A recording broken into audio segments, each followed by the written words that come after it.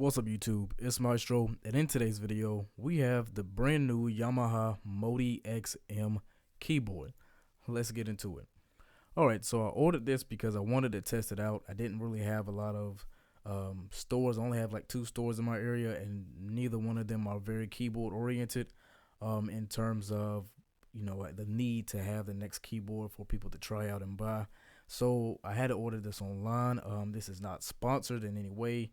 I use my own money when I do these reviews, but I wanted to go ahead and test this out for you guys and let you know my first impressions. I already did the unboxing, so this is really just my first impression of this keyboard.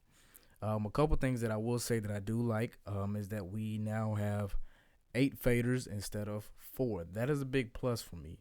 Another thing is the keybed. I know a lot of people wanted to hear how does the keybed feel, how does the keybed sound. Now, to me personally, it is an improvement over the previous MODX series keybed, and the reason why I say that is because it has the same improved keybed as the Yamaha DGX 670, I believe. I've played that portable grand piano, and I love the feel of those keys, and this one is just the same. The black keys are now have a matte finish as opposed to that glossy finish that was previously on the MODX that a lot of people did not like. You do have the feel to practice, and what I mean by that is previously on the MODX Plus, I did not feel like I wanted to sit down on that keyboard and practice. Performance wise, when it came to playing, amazing, but for whatever reason, when I came to sit down just to practice, the keys didn't feel didn't bring me to that need that I wanted to practice on that board. But with this one, this is an improved keybed. It is still a graded hammer action keybed, and so if you want like a full weighted feel, then I would say go with the Nord or the Roland V stage. But first, listening to the keyboard, one thing I will go ahead and mention to you guys, and I'm going to let you hear it. The sounds are not as full as they were on the previous MODX. I am aware that Yamaha does not use the same converters, I believe, in the MODX line that they do in a montage. That was never a problem for me on the previous MODX series, but in this one I can tell a big difference in terms of sound. It's as if the all the sounds have been, like the lows have been cut, the pretty much the body of the sounds have been cut. For example, this is the CFX Grand Concert on the Yamaha MODX M.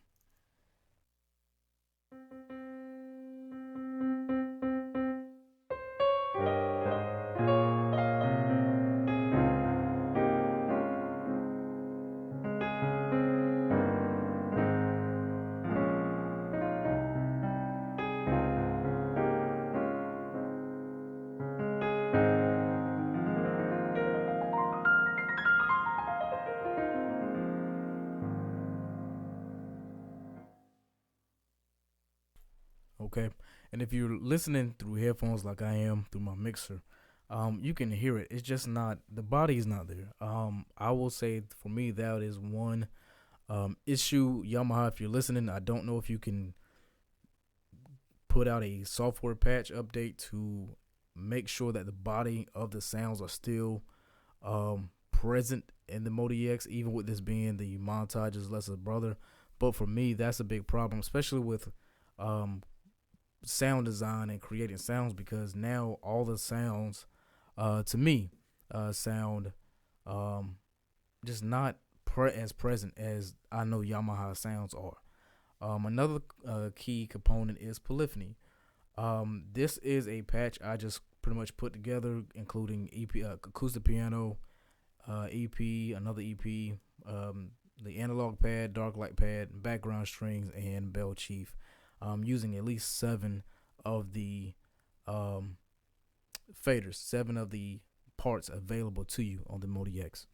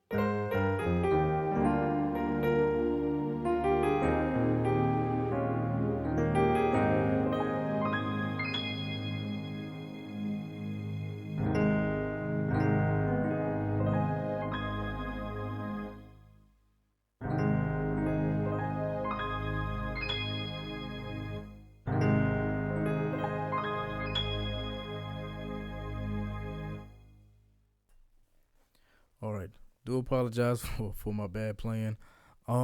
So that's actually the first time I've actually really played this patch fully. I will say there are a few note dropouts. I don't know if you can hear that or not.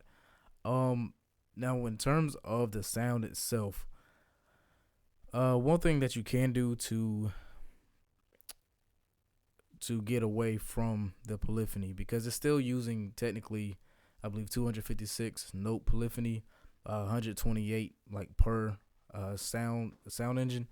You can adjust the note frequency or the note range in certain sounds where you're not using the entire notes, because if you're playing something like this,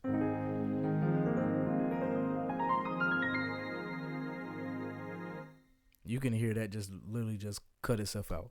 So because of that, I know a lot of you guys are going to have an issue with that, and rightfully so, because if I am playing something like that and I'm gonna do it again. If I'm doing the little arpeggio,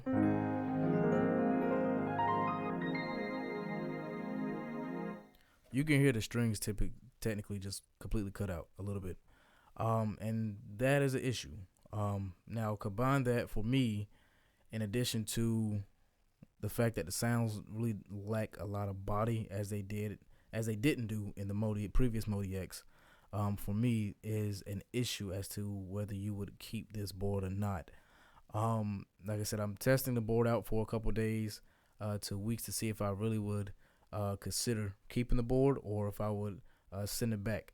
As of right now, for me, because of the fact that the keyboards or the sounds lack body, and the polyphony is still a slight issue in the MODX, I wouldn't see myself using it for that purpose. Now, again, you can adjust the note range to truly layer the sounds like you want. So let's try that. What we're going to do is go into the Bell Chief sound, and we're going to adjust the sound range. Let's see. We're going to go C4 there. For the, let's see, for the pads, we'll go C1. Now let's see, that's that for the pads. And for the strings, we'll keep that as it is. Now let's see if that still does the same thing.